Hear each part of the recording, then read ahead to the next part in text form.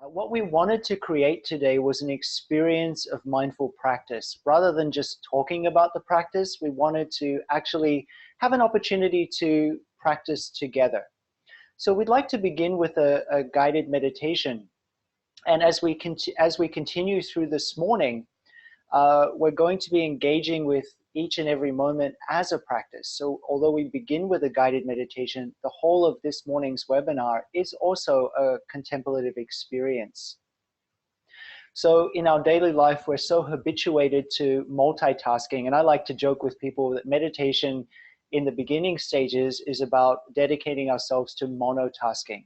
So I'd like to invite you, wherever you find yourself right now, just to recognize where you are. If you have cell phones on or you have other things that are going on, just take a moment to silence them. Probably don't silence this webinar, or that would raise a whole other issue. But silence the things around you. Just mentally put down any other projects or plans that you have in your mind, and really allow yourself to arrive here.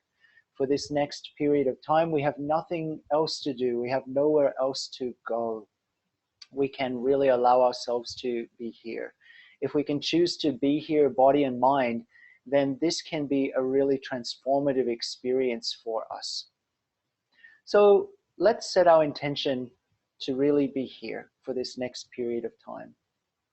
One of the practices that we love so much in Plum Village and also in our centers throughout the world is the sound of the bell. When we hear a sound of the bell, we hear that sound as if it's the voice of a dearly beloved one. Maybe the Buddha, maybe a parent, maybe our partner, maybe our children, calling us back home, just saying, "Where are you?" And with every cell of our body, we answer, "Here I am." When we hear the sound of the bell and we answer, "Here I am," with every cell of our body, we return to our in-breath and our out-breath. Just breathing in, feeling what it is to breathe, and breathing out, feeling what it is to breathe out. Really being here, body and mind. That practice we call the practice of stopping. And during this webinar this morning, from time to time, we'll hear a sound of the bell. And I invite you, when you hear the sound of the bell, to gently close your eyes, to come back to the physical sensation of your breath, wherever you feel it the most, and allow yourself to put down any baggage you might be carrying and experience a sensation of ah. Let that moment of stopping be a delight. We're going to move into a guided meditation practice, and perhaps we'll begin with the sound of the bell.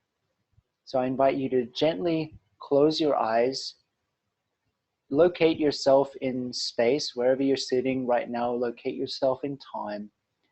Arrive here, arrive now. And when we hear the sound of the bell, we'll breathe in and breathe out.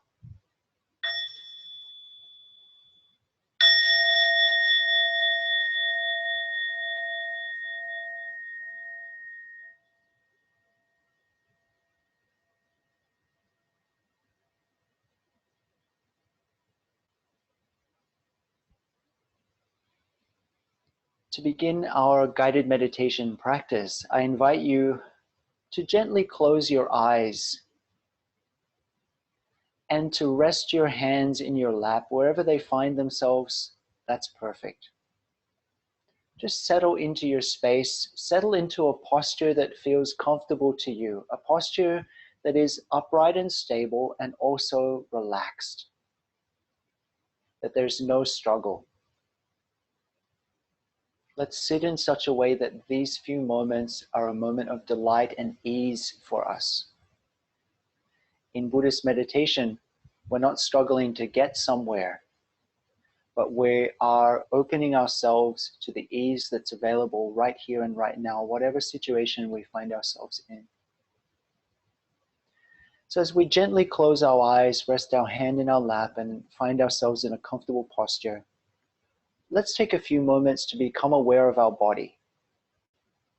Just noticing what it is to have a body. We notice how our body feels in this moment. Are there areas that feel easeful, feel light, feel free? Are there areas that feel a little tighter, a little closed down? We don't need to change anything. Just noticing, just opening to what is.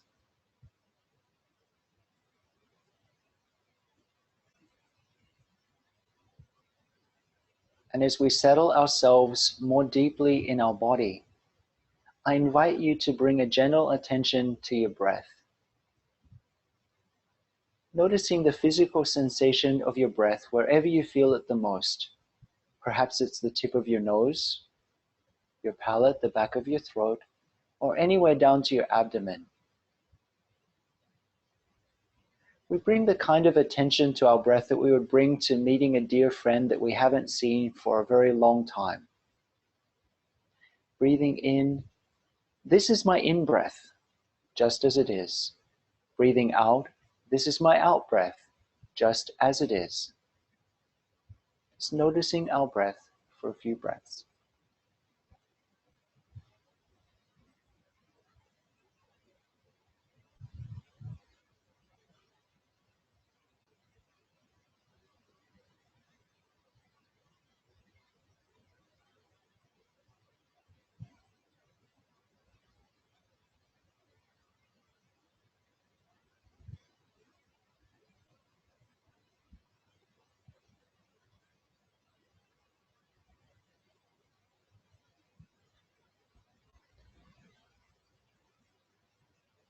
And very gently, when it's the right time for us, let's bring our attention to the sounds that are making themselves known to us. It might be the sound of birds if we're sitting outside, perhaps the sound of a refrigerator hum if we're sitting inside, the sounds of people moving around if we're in a public place, or perhaps even the sound of our own breath. So just noticing what sounds make themselves known to us.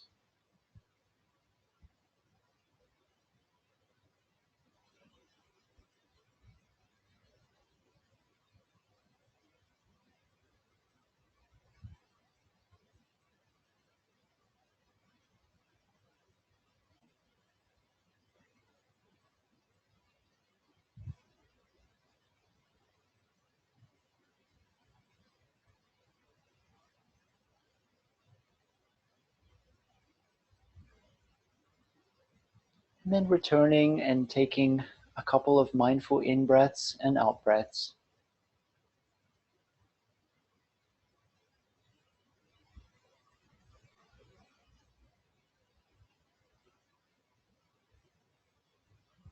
Let's bring our attention to our sight. Our eyes are closed, but let's become aware of the sensation of light making itself apparent to us through our eyelids.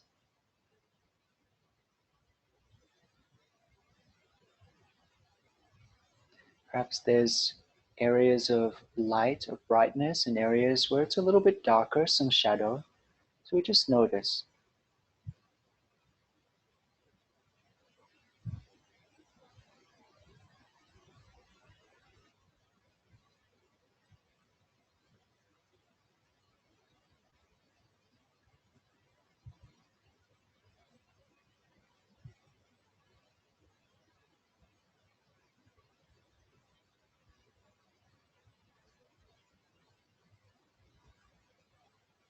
Then gently returning to the physical sensation of our in-breath and out-breath.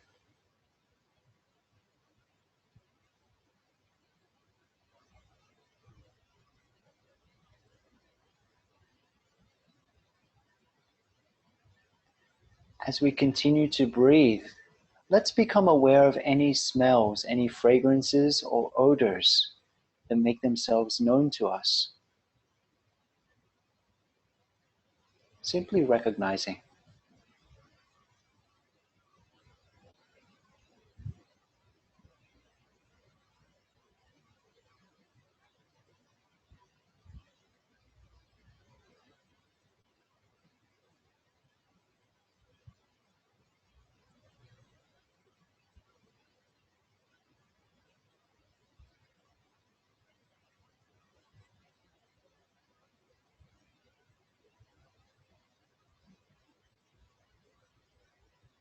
And then returning just with bare awareness to our in-breath and out-breath.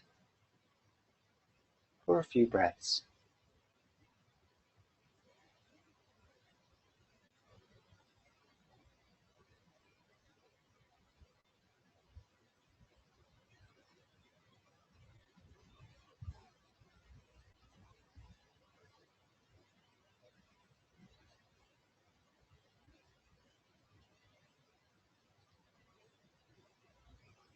And bringing our attention to our body, noticing perhaps the weight of our body on the cushion on the chair, perhaps noticing the sensations on the skin. Perhaps there are areas that clothes are touching our body, areas that are open to the air. So just noticing also the points of contact between areas that our body is touching the cushion of the chair, or our body is touching various other parts of our body, our hands in our lap. Perhaps we notice some areas of warmth and coolness, or prickling or itching sensations in our body. Just noticing sensations as they arise, as they pass away in our body.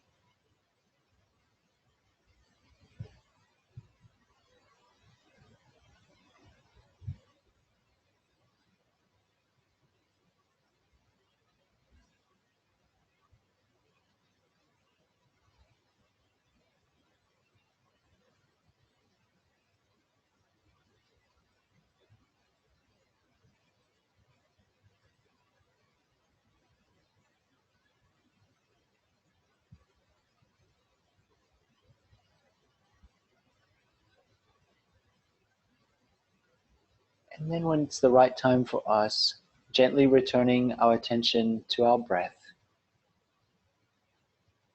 Breathing in, this is my in-breath, just as it is. Breathing out, this is my out-breath, just as it is.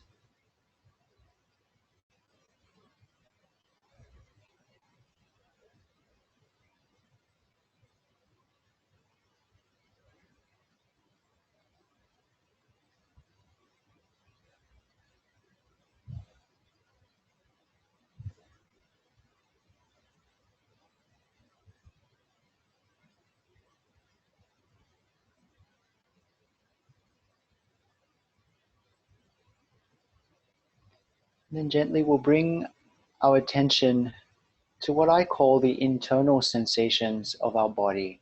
Perhaps we may notice our heart beating. We might bring our attention to how our stomach is feeling, our intestines, our joints. Just noticing the internal sensations of our body.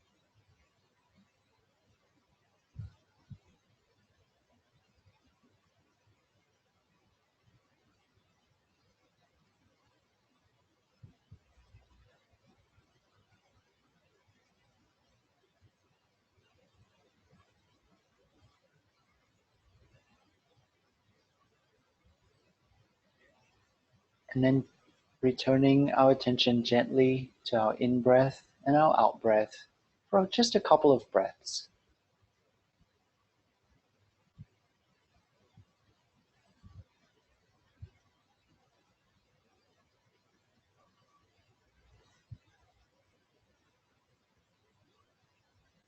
And we bring our attention to our thoughts.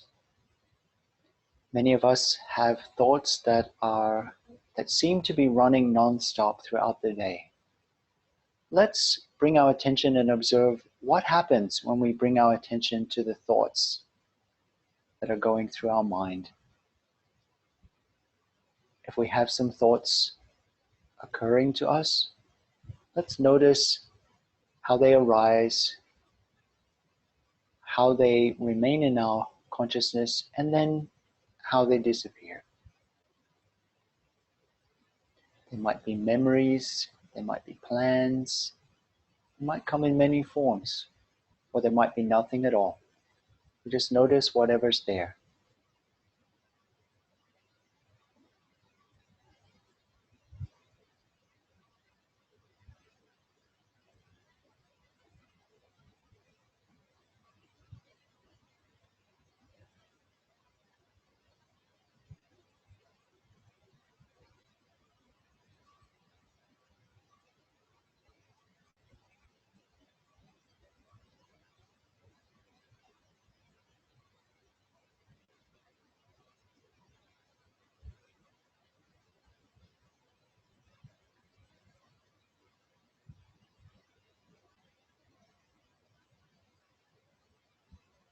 And gently taking a mindful in-breath and out-breath in contact with the physical sensation of our breath.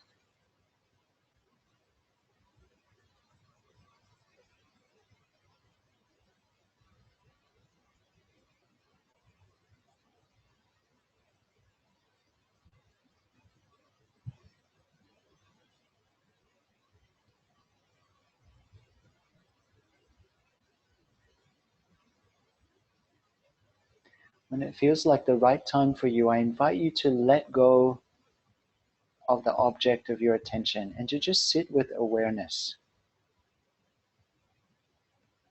To just sit being present and open to this moment.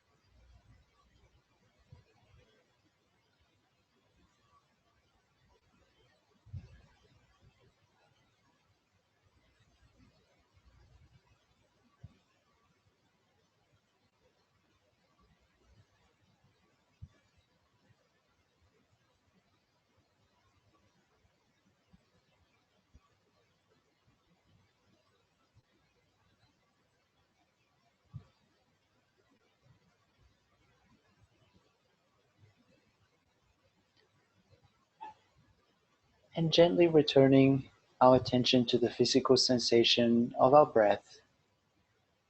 Breathing in, this is my in-breath, just as it is. Breathing out, this is my out-breath, just as it is.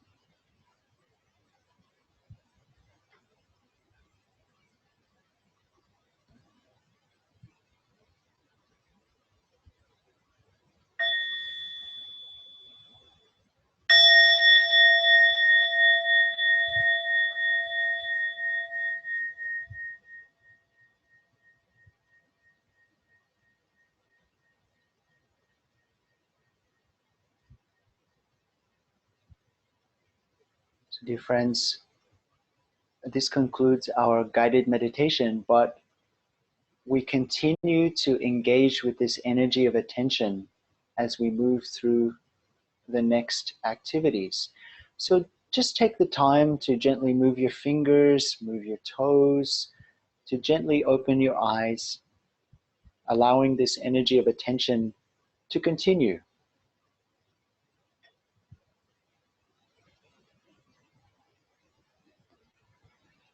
I remember back in perhaps 1996, the end of 1996, we were sitting in the still water meditation hall of Upper Hamlet in Plum Village. And my teacher, Thich Nhat Hanh, was preparing to give a Dharma talk. And it started to rain. Now, this is not that unusual for that area of France, the south of France, near to Bordeaux. It rains quite frequently.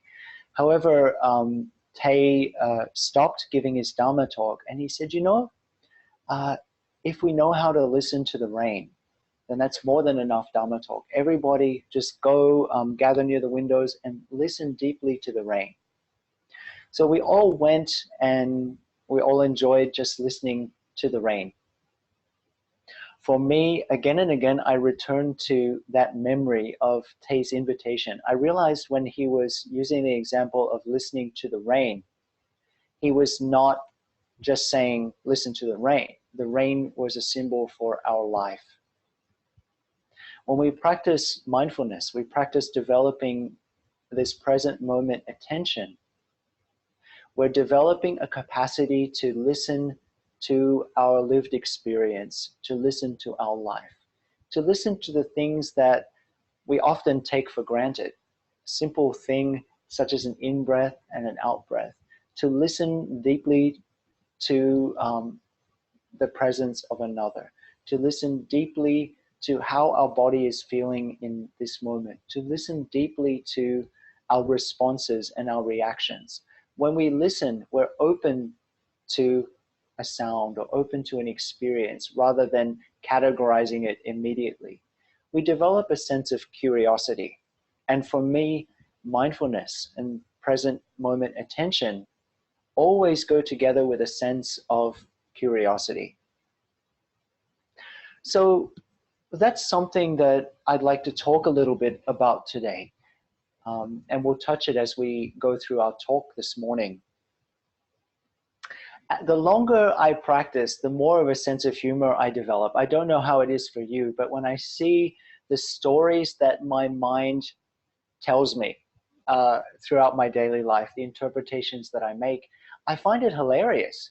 And so to begin this talk, I was thinking about something that the wonderful George Burns said a number of years ago. He said, the secret of a good talk is to have a good beginning and a good ending and to have the two as close together as possible. So I'll do my very best today. This morning, I was enjoying a cup of tea as the sun was rising here in the monastery. It's been said that tea and Zen can't be separated. There's a lot of people who really get into the art of tea, the art of tea meditation. For me, as I was drinking that cup of tea this morning, I was contemplating how we have hot water, and we have tea leaves. And they're both, in the beginning, they're both distinct items. They seem to be quite separate. And it's only when we place them together and we have a certain amount of causes and conditions that we can call this hot liquid tea. I put the tea leaves in and then I put the hot water in, and I need to allow that hot water and tea leaves to infuse. I need to give time. I need to give conditions. I can't just put the hot water in and then pour it out right away. I need to allow the water to interact with the tea leaves, and it takes time. And there's another aspect to this as well. At what point does the water become tea? At what point does the nature of the tea leaves infuse the water? It's an ongoing process. At a certain point, they cease to become separate things and they become one thing. In the same way, in our life as practitioners, we create the causes and conditions for this energy of mindfulness, of mindful attention, to infuse our whole life. In the beginning, we may need some formal practice, sitting meditation periods, walking meditation periods, etc., etc. But I often share with my friends, one of the greatest teachings I ever received was from Thich Nhat Hanh, who was a great teacher and the first abbot of the monastery here in California, Deer Park Monastery. He said, in the life of a practitioner, if you forget everything else you've ever been taught and only remember this one sentence, then you'll go very far. And that one sentence was, in your practice life, don't cover things over with a whole lot of bells and incense. For me, that was an invitation to bring this energy of present moment attention out to every single aspect of my life. It was an invitation to engage with my life as my practice. Meditation practice is not something that we do, but something that we're invited to engage in fully each and every moment of our lives. This is engaged practice. The outer meaning of being engaged is, of course, social action and social activism. But here today, we're discussing the inner meaning of engaged Buddhism. And the inner meaning is engaging with each and every moment. Even these absolutely ordinary moments, these moments in between things, these moments of our life are our practice. The real, deep, fundamental choice we have as human beings is to choose to show up. And to choose to show up for our life can be a scary thing, because we can pretend to be whatever we want to be in front of others. But to show up for ourselves means to acknowledge and embrace the messy, the confusing, the fact that we're works in progress. And that takes courage, because we're fundamentally choosing not transcendence, not floating above on clouds or through the sky or walking on water, but we're choosing transformation. We're choosing to be real human beings. We're choosing to show up for ourselves and our lives, however messy, however confusing they are. And for me, that's love in action, right there. When the great Zen Master Rinzai, Master Lin Chi, shares with us that the great work of meditation is to become a real human being, it's his invitation to bring our whole being to our spiritual life and to bring our spiritual life to our whole being. As Oscar Wilde said, be yourself, everyone else is taken. This is also true in terms of meditation practice. We all have our own uniqueness. And the invitation of the great Master Rinzai is to bring our own uniqueness, and sometimes that's our confusion, to our meditation practice. This is the very ground from which insight will flower. Over the past few months, we've been exploring my teacher Thich Nhat Hanh's wonderful 1988 book, The Sun, My Heart. I absolutely adore this book. If I was only allowed to read one of Thay's books for the rest of my life, this is the one that I would choose. Now, if you told me that I could only keep one torn out page of that book, I would tear out and treasure the introduction. That's enough. That simple facing page is more than enough. Tay begins in the introduction by saying, meditators since the beginning of time have known that they must use their own eyes and the language of their own times to express their insight, not somebody else's insight, their insight.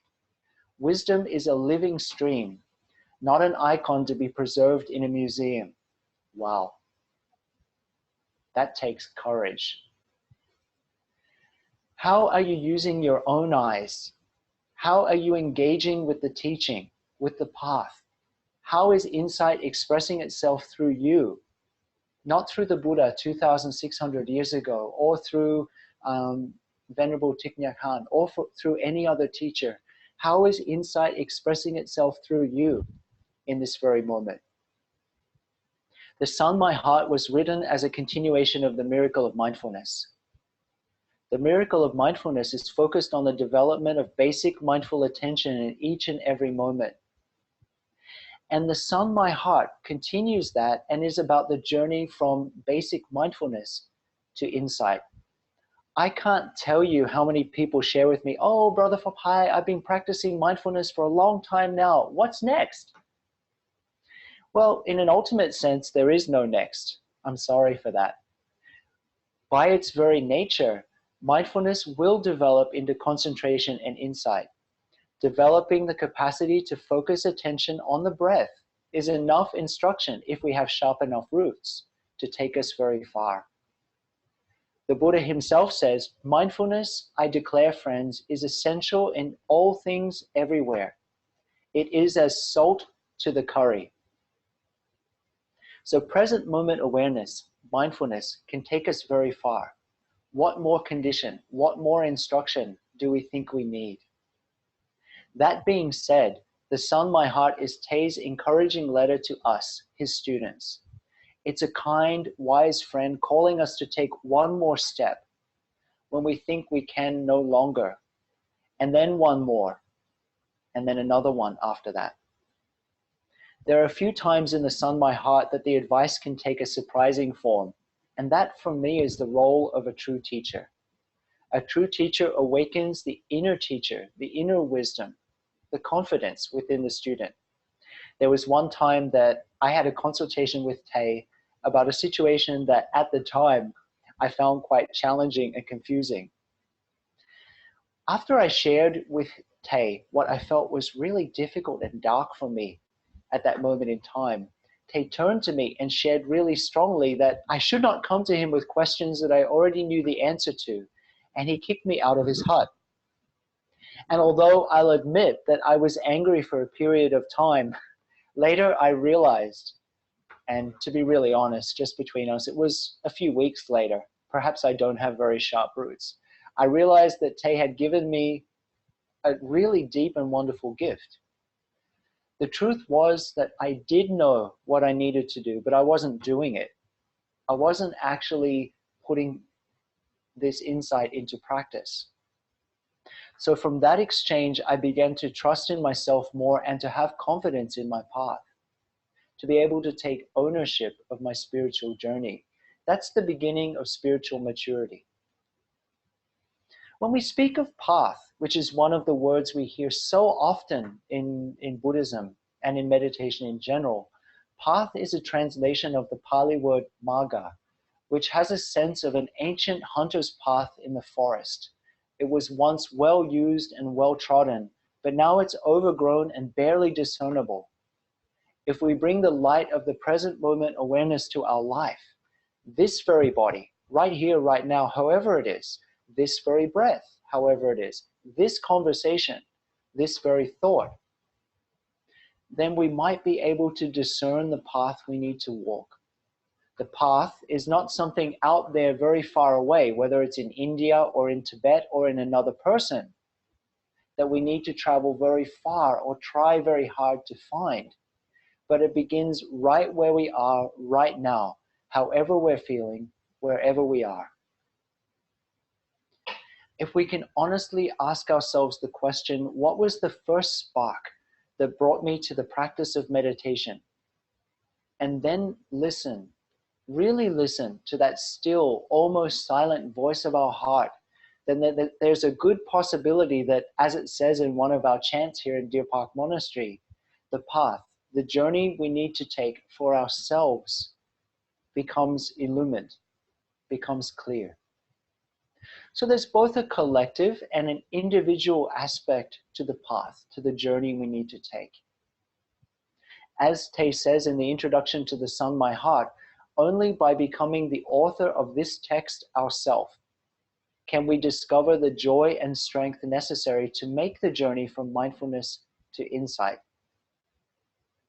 For those of us who have been meditation practitioners for a while now, when we talk about the collective path and the individual path, there might be a little sense of, uh-oh, what about ego?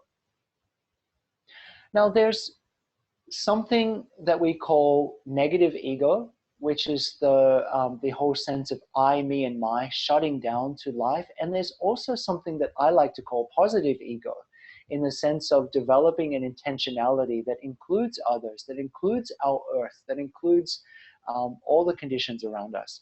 Shunryu Suzuki, one of the great Zen masters of the modern age, was once asked, how much ego do you need? And he replied, well, just enough so you don't step in front of a bus. What was the first book of Tay that you encountered? I love asking people that question. The Sun My Heart was not the first book of Tay that I read. It was not even the fifth book of Tay that I read, and I'm a reader. I'm always reading 2 or 3 books. Back in the 1990s, when our monastic community was still small, on the first anniversary of our ordination, there would be a birthday party, and Tay would come to attend. During the ceremony, he'd offer us a signed copy of one of his books. On my first anniversary, Tay pulled out a stack of English books and said, well, Brother Phap Hai, which book would you like? And I said, oh, Tay, I've read them all already. And Tay said, what, you've read all of these? And I said, yes. He looked at me, he sighed, and he pulled out pieces every step and he signed it to Brother Phap Hai on his first anniversary as a monk. And he handed it to me. I still have that book. Many people first read either The Miracle of Mindfulness, Peace is Every Step, Touching Peace, Being Peace, Anger, or Old Path, White Clouds. I myself read my first book of Tay in the early 1990s. I think it was 1992 in rural Australia. Don't ask me how that book made it to rural Australia. I think that's one of the mysteries of life. It was called Zen Keys. It's a rather deep book, and it's probably not a beginner's book. It can be a little bit technical in places. In any case, that was the first book that I read. I would be very interested to find out if there's anyone else on this call or any other practitioner in our worldwide community who encountered Zen Keys first. I've yet to meet that person. It made an impression on me. Many of the later concepts that Tay presents in detail in his teaching are present in the wonderful book, The Sun, My Heart, in seed form. So for that reason alone, it's a great beginning book to read of Tay. Although there can be some concepts that, for me, I keep coming back to over and over and understanding in new ways each time I encounter them. I also think that The Sun, My Heart is a great book to read to have a firm foundation to build on in our study of Buddhist psychology. There can be a tendency in the beginning stages of our meditation practice to have an idea that there's an observer and an object of attention. For example, I am aware of my body. So let me ask you, who is it that's aware? There's a very famous koan in China, Nian Fo Shi Shui. If there's any Chinese speakers here, Nian Fo Shi Shui. In English, it's who is the one that's reciting the Buddha's name? Or who is the one that's breathing? Or who is the one that's aware?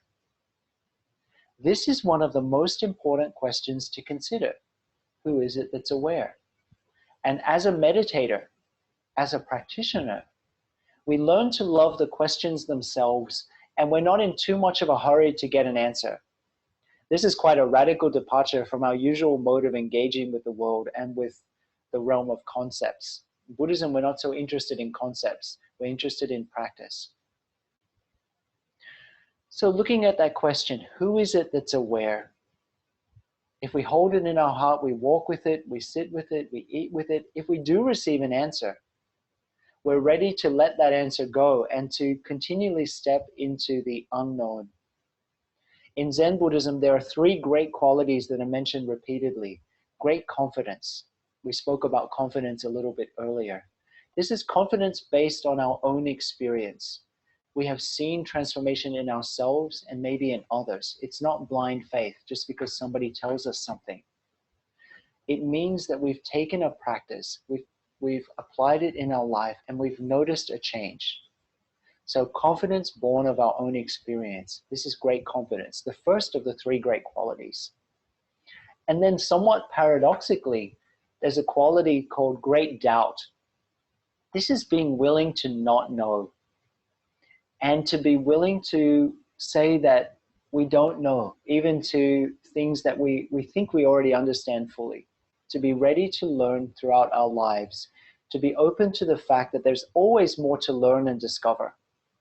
And then the third of the three great qualities is great practice. To actually be able to bring these concepts, these ideas into our lived experience. And when we speak of awareness, especially present moment awareness, what are we aware of exactly? In the example above, we're aware of the body from within. How could awareness be separate from the body? How could consciousness be separate from the body? We're aware of the body from within the body, the feelings from within, the mental formations from within, and consciousness from within, not as is our tendency from time to time from 3 feet away. We call this a direct encounter with reality. Understanding in Buddhist practice is not the same as intellectual knowledge. Of course, the path begins with right understanding, but it's only when we actually begin to practice and the Dhamma roots itself in our flesh and our bones does understanding begin to flower. Ultimate truth can't be conveyed with words and concepts. It can only be hinted at. Many years ago, I had a dream. I think it was in 2002 or 2003. In the dream, I was sitting eating a meal with the Sangha, and Tay came up behind me and said, "Well, Phap Hai, is it yes or no?" In my dream, I put down my chopsticks, I turned to Tay and smiled, and I said, "It's yes, Tay." Every single day when I wake up, I return to that moment and I say yes to my aspiration. I invite you, and the invitation of this wonderful book, The Sun, My Heart, is for you to do the same. To allow the Dharma to plant itself deeply in your heart and to express itself through you. Tay ends The Sun, My Heart, which is his love letter to you, by saying all the work of meditation is aimed at awakening us in order to know one and only one thing. Birth and death can never touch us in any way whatsoever. Each time I read these lines, I feel as if Tay is throwing down the gauntlet to us to do the great work of opening our heart, of embracing our life with both arms and stepping wholeheartedly into our practice life. I know that for some of us, this webinar is our first encounter with the book, The Sun, My Heart. And for some of us, we've been following along with the learning materials and the reflections on each chapter for a few months now. And some of us have been reading The Sun, My Heart for many years. As I said, it came out in the 80s. So I hope that those of you who followed along with the book club so far have begun to love The Sun, My Heart as much as I do. And I hope that you're thinking of beginning to follow the material in the book club and find a lot of benefit there for those of you who are just encountering the book for the first time. It's been such fun to spend these past few months revisiting this dear old friend with you, and I can't wait to discover which book you'll choose for us to practice with next, but more about that in a little bit. For now, why don't we return to our breathing and enjoy a sound of the bell? Gently closing our eyes and coming back to our breath.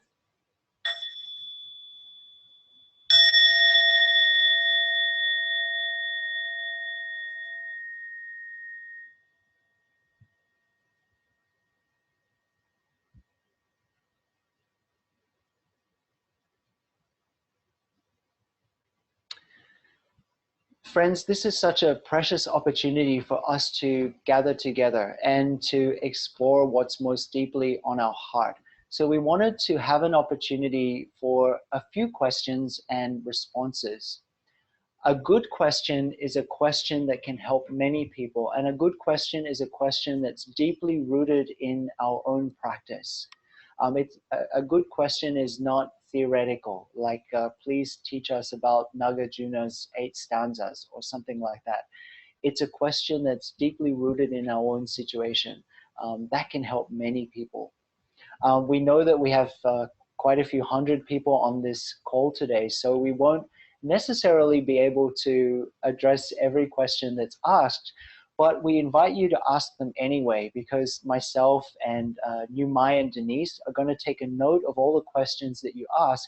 And as we continue on with this book club and the teachings we'll be offering through the year, we're going to do our best to address as many of those questions as possible. So in a way, you're actually shaping the teaching that will be offered through this year. So this is a great opportunity, and we're very grateful for whatever you'd like to offer. So I'd like to perhaps ask New Mai to share with us how we can go about asking a question in this, this webinar today. Thank you, Brother Phap Hai, and thank you so much for all the insight and wisdom and humor that you shared in your Dharma talk. I definitely felt part of myself just like opening up to all this space and possibilities and ease as well in listening to your Dharma talk. So we're going to transition into our Q&A session, as Brother Phap Hai mentioned, and he also did share with us what makes a good question. Something that a good question doesn't have to be long. It can be very short, and it's also something that can apply to our practice, something that we can take home with us. It's not necessarily theoretical, conceptual ideas. That's something that we can possibly read online or in the library, but something that is really deep in our hearts that is maybe a little bit personal. How we would like to ask a question is there is a panel at the top of your screen that says Q&A. And so if you have a question in your heart that you would like to ask, then you can just type in your question. We'll be, again, we have about 200 people on the call today, so we won't be able to answer all of them. We only have about half an hour to look at questions. But we'll try our best to select ones that we think will be able to benefit all of us. And those that we cannot get around to, as Brother Phap Hai mentioned, we will try to weave into our future book club discussions. So we have a couple of questions coming in. I'm going to give us just a couple of breaths just to really check in and allow space for questions to come in. And then Denise is going to be filtering out some questions for us. I'll read them out. If it's an anonymous question, then I'll say it's anonymous. If you included your name, then I'll say this question is from this person, and then Brother Phap Hai will answer. So we'll just give a couple of breaths.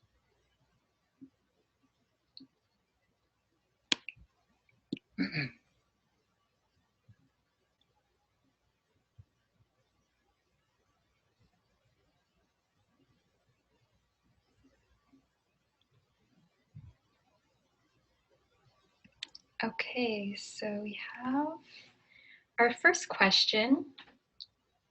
There wasn't a name associated with this question. It is, how does one meditate on loneliness?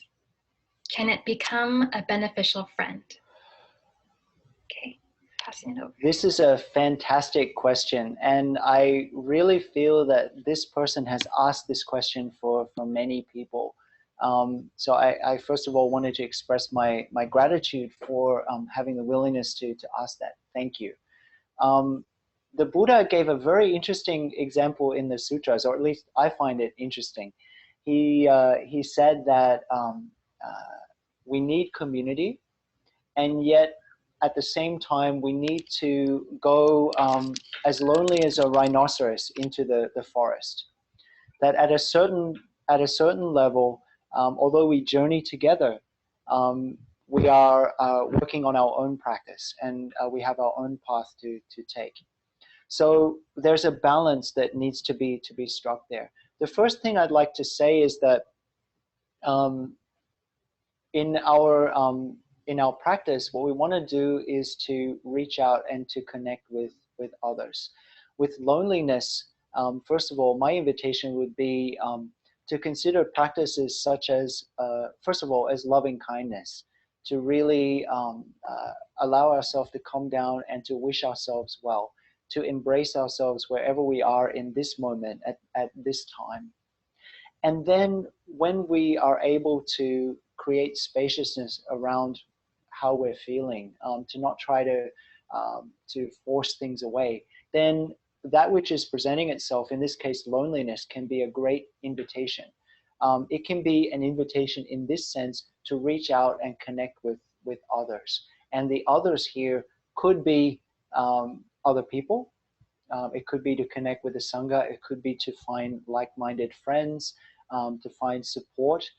It could also be to reach out and to connect with conditions of happiness. I remember my teacher saying to us a number of years ago, so many people say that they don't have like-minded friends, or they don't have a supportive environment.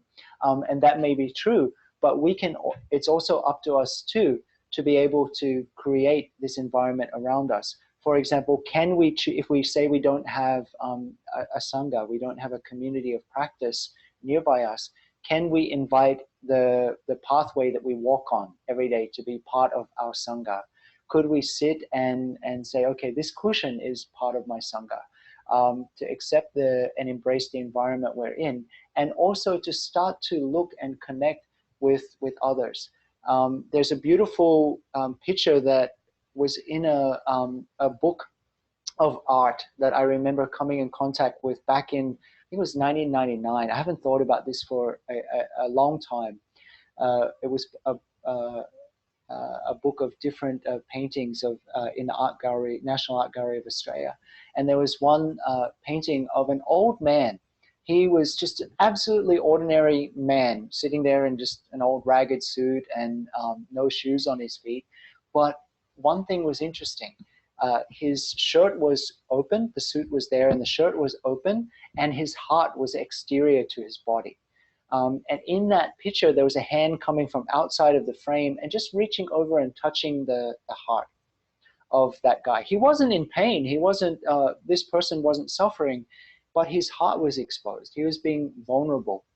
And so for me, when I receive a question such as the current question about how do I work with loneliness and how can it become a beneficial friend, the first aspect for me is that whatever's coming up, whether it's loneliness or anger or depression or jealousy, something that we think we need to get rid of, my invitation is to first of all not think we need to get rid of it. We're not practicing in order to get rid of something. We're practicing in order to understand something. So the first stage is to create space around it, to embrace it for what it is. How it becomes a beneficial friend is we receive the invitation of it. So in this case, what's the invitation of loneliness? What does it spring from? What am I looking for? And where do I think I'm going to need to find it? If we're able to follow that call of our heart, whether it's loneliness or anger or jealousy of the invitation, then it becomes a beneficial friend. If we don't follow the invitation and we try to get rid of it, we try to suppress it, or on the other extreme, we just completely wallow in it. Like somebody who said to me a long time ago, oh, I feel depressed, and when I feel depressed, I love to go and put on my sunglasses, a big hat, and sit in a dark cafe in Manhattan smoking cigars all day. That's the other extreme that we can go into. So finding the balance and really bringing present moment attention to the invitation and stepping into that. In that way, the loneliness becomes part of our path, becomes a way in which we're called out of our own isolated experience to connect with others. So what are the conditions of happiness, the conditions of connection we have around us right now? What's the invitation, and how can we respond to that invitation? What a great question. I wish you every success in the practice. Thank you so much for that response, Brother Phap Hai. Just to let you know, that question came from Michelle. And so we have the next question. It's about the workplace. How can we handle negativity in other people while at the workplace? This is an anonymous question. Thank you. Thank you. This is also a really great question. We spend a lot of our time in the workplace. For me, the first thing that I would share is that my response is a little general, since when we say workplace, there's so many different environments, and some of them are really high pressure, and many of them are very competitive. The first thing that's coming to my mind, and there's many ways to respond to this question, but I've learned to trust what's coming to my mind first, and that is that there's a story in the commentaries, again, funnily enough, about loving kindness. There was a rich woman who she had a number of servants. She received servants from of lower, like poor families around. And she was a very kind woman. She was a disciple of the Buddha, and she tried to create opportunities for people in the town to have some employment. She was feeding them, she was housing them, she was doing what she could. But one of the servant girls obviously had been very abused and had come from a very difficult background. And so she got more and more jealous of the position of the woman who hired her.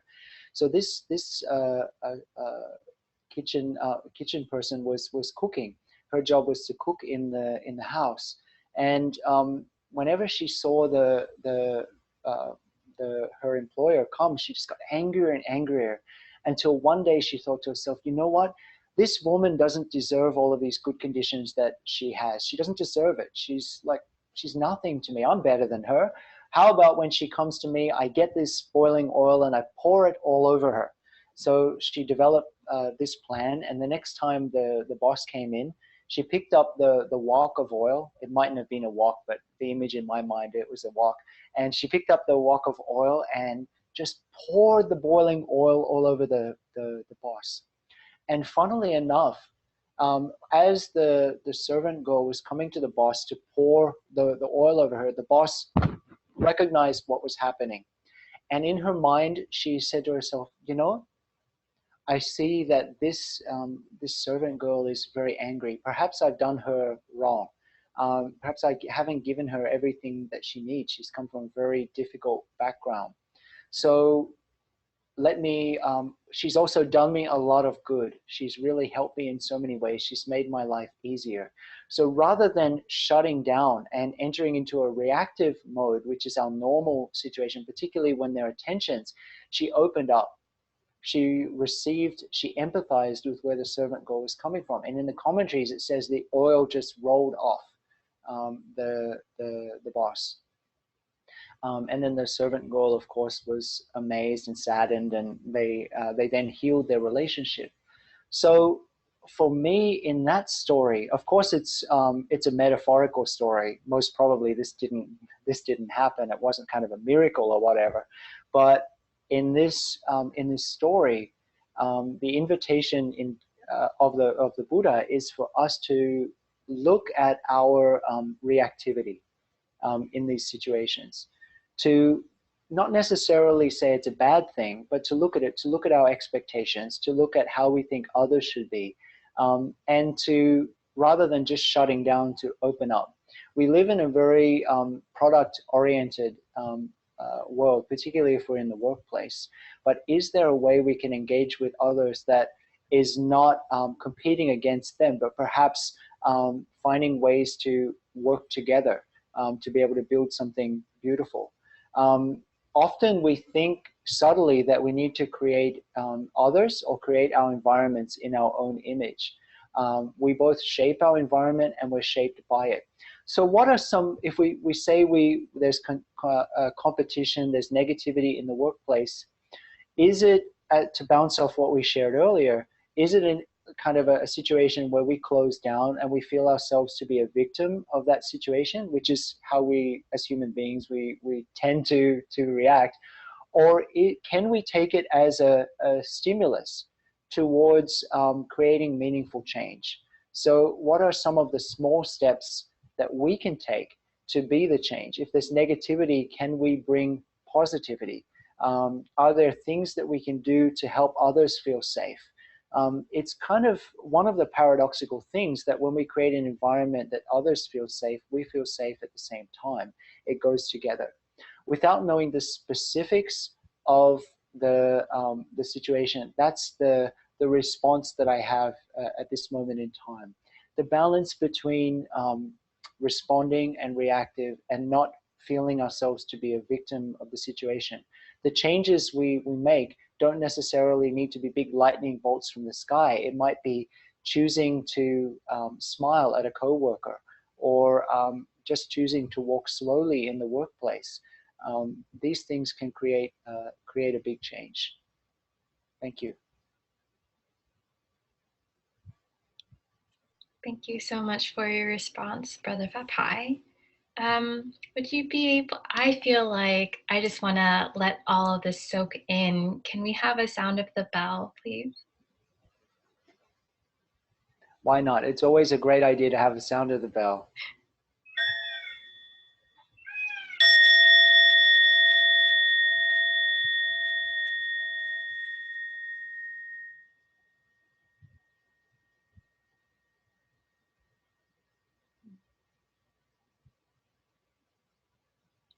Beautiful.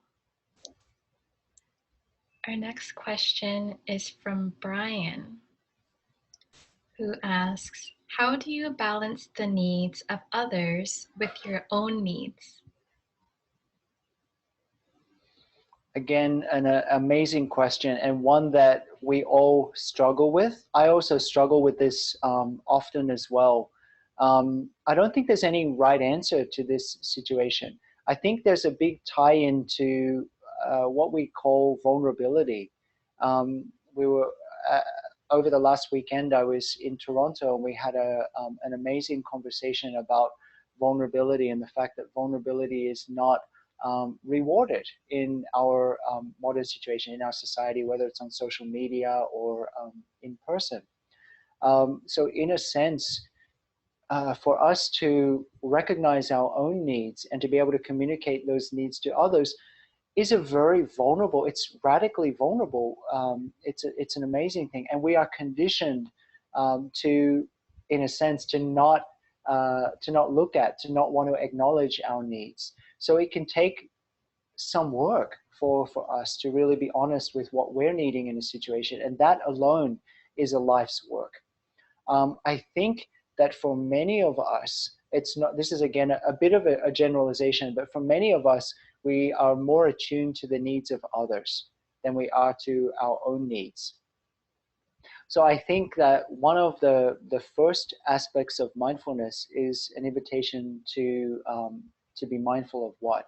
To be mindful of our situation, whatever situation we find ourselves in, and to be mindful of how we're feeling, to start to understand how we respond, how we react, what we're needing in different situations, what our habitual reactions or responses are to stimuli. Earlier, we did a guided meditation on sounds and on sights and on smells and on sensations. And for some of us, we might have noticed that when there was a sensation arising or a sound arising, that there was a bit of a judgment associated with it. We thought, oh, this is a good sound, this is a bad sound, or this is a good smell, or wow, I can smell the car exhaust, that's a bad smell. So we have these kind of reactions. Some of them are innate reactions. Some of them are conditioned reactions based on our own family history, our genetic sensitivities, and so on. So as we develop the capacity of being fully present for what's there, we start to become more aware of how we respond, how we react, what we're triggered with in each situation. And we start to become aware underneath that reaction of what we might be needing in the situation.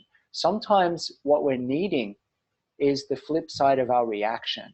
Our reaction might be a strong emotion or something really quick, and later on we realize, oh, I reacted in anger, but in fact what I was needing was such and such a thing. So this is the first way, I think, to balance becoming aware of our own needs.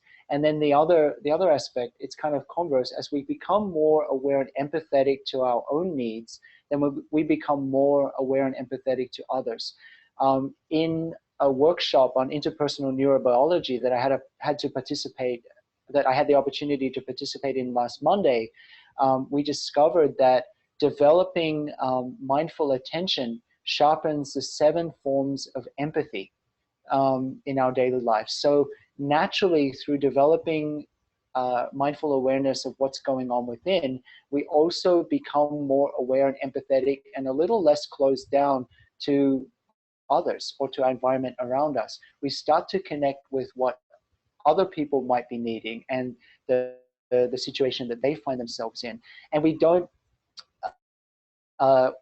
lose all of our boundaries and get pulled into their situation and their needs at the cost of our own happiness, as often as we did in the past, or vice versa, that we feel that the world always revolves just around us and our own needs.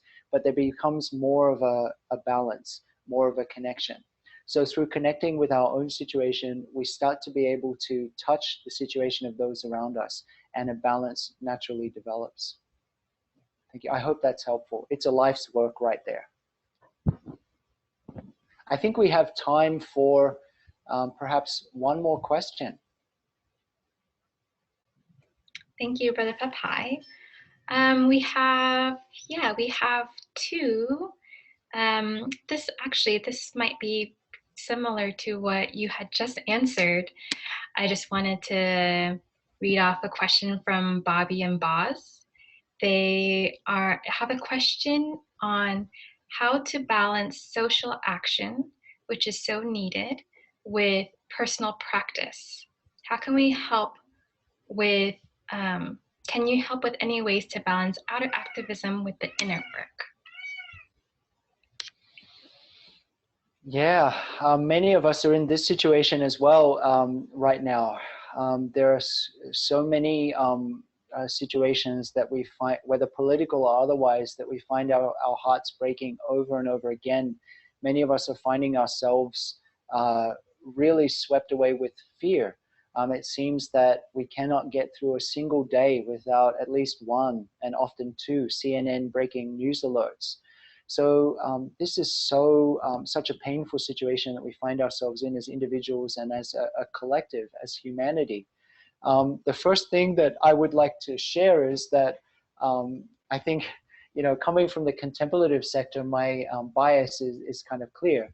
The first thing that I would say is that we have a tendency to focus outside, and we want to fix the situation outside, and that's what we definitely need to do, for sure. But as it says in one of our sutras, our mind is always searching outside of itself and never feels fulfilled. If we're only looking outside, we can never gain what we're looking for. So for us, we're a little bit countercultural. The first step for us would be to look within.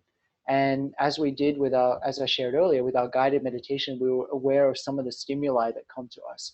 So we bring our mindful attention to what's watered in us and ask ourselves the question on a deep level, not on just an intellectual level, what seed is this situation watering in me? And we look very deeply. Sometimes the invitation is to be able to take action in a meaningful way and not just to react. There are other times that we need to act very quickly.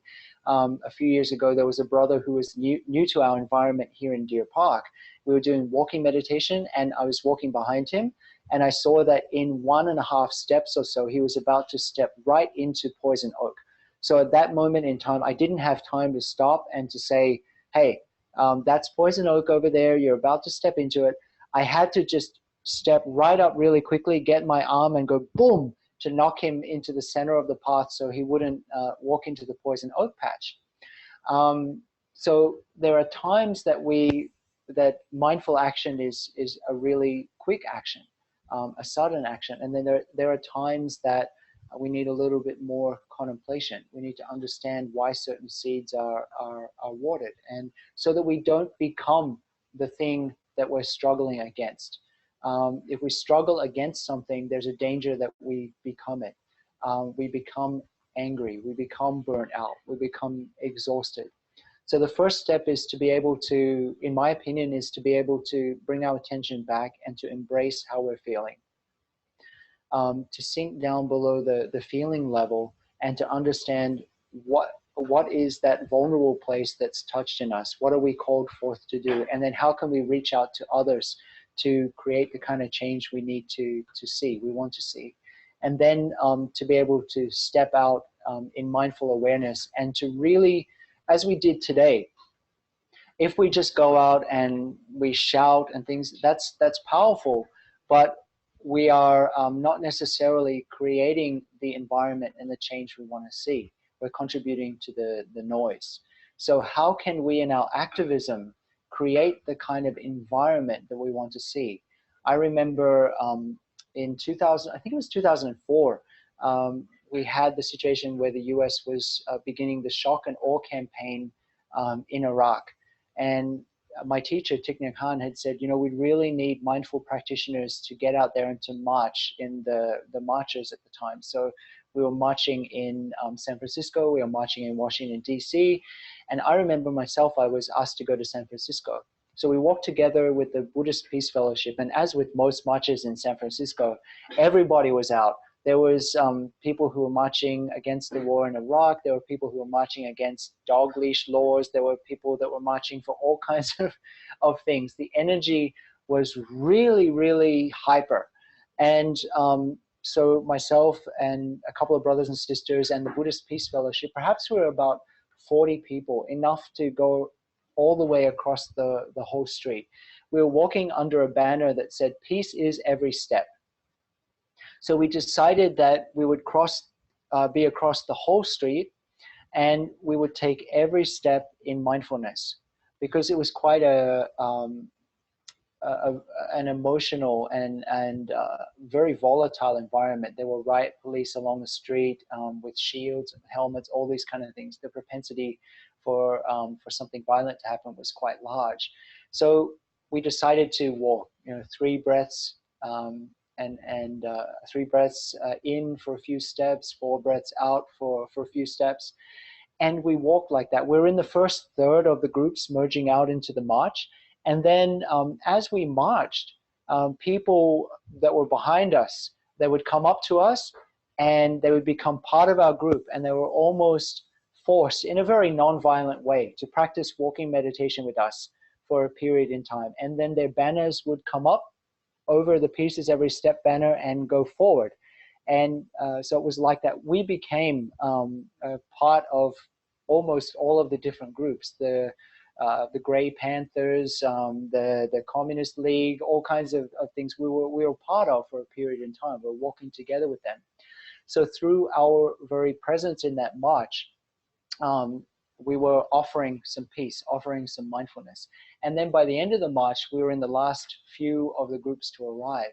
When we arrived at the town hall in San Francisco, there were some speeches going on over there, but we decided to simply sit down and to breathe.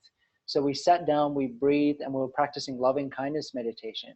People started to sit down and to join us. We had many hundreds, if not more, people sitting down and just breathing together with us. And then somebody shouted out, "Dude, that was powerful, man. What are you guys doing?"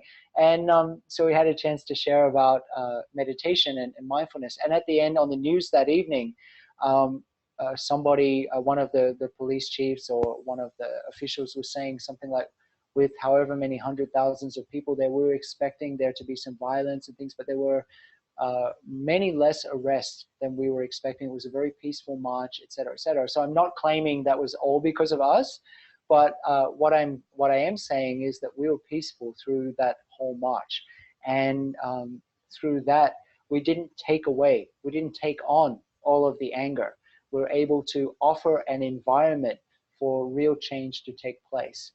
So that, for me, is one of the areas that we can become aware of in the balance between our own inner awareness and social activism. Again, a very good question, and I think this is a discussion that we could have for many sessions, and I'm grateful for the question. I want to thank everybody for the very deep questions that we've offered today, and I'm sorry that I'm such a talker and we didn't get a chance to get to more of the questions. What Denise, New Mai, and myself will do is to take these questions and we will bring them into the teachings that we'll be offering over the next year on various books of Tay. In that way, we'll be able to make these themes really part of what we're offering out. So I hope that those of you who asked questions today and didn't have them addressed, if they weren't addressed directly, that you still know that we do value them and we will be bringing them in over the next year. We're so grateful for you offering that. We would like this next year to be as interactive as possible. We'd like to co-create this experience together with you. So for us, it's not that we have an idea about what we want to teach about or what book we want to study, and then we just say we're going to do this.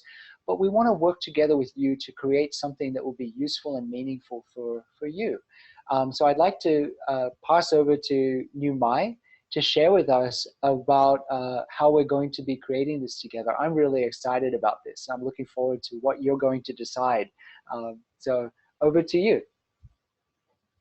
Thank you so much, Brother Phap Hai, for your insightful responses for the questions, and thank you to everyone who's attended and your participation. Brother Phap Hai alluded to a fun poll that we thought would be really cool to have your insights and your input on. This webinar concludes our 10-week study of the Sun My Heart. And so for the next third of the year, we are wondering, what book to read next. And we were wondering what kind of insight or input you might want to have about that. So I'm going to start a poll. And this poll is going to list the 4 books that we had an idea of what to study. The question is, which book would you like to study for the next 3 months? Our theme is family and Sangha building.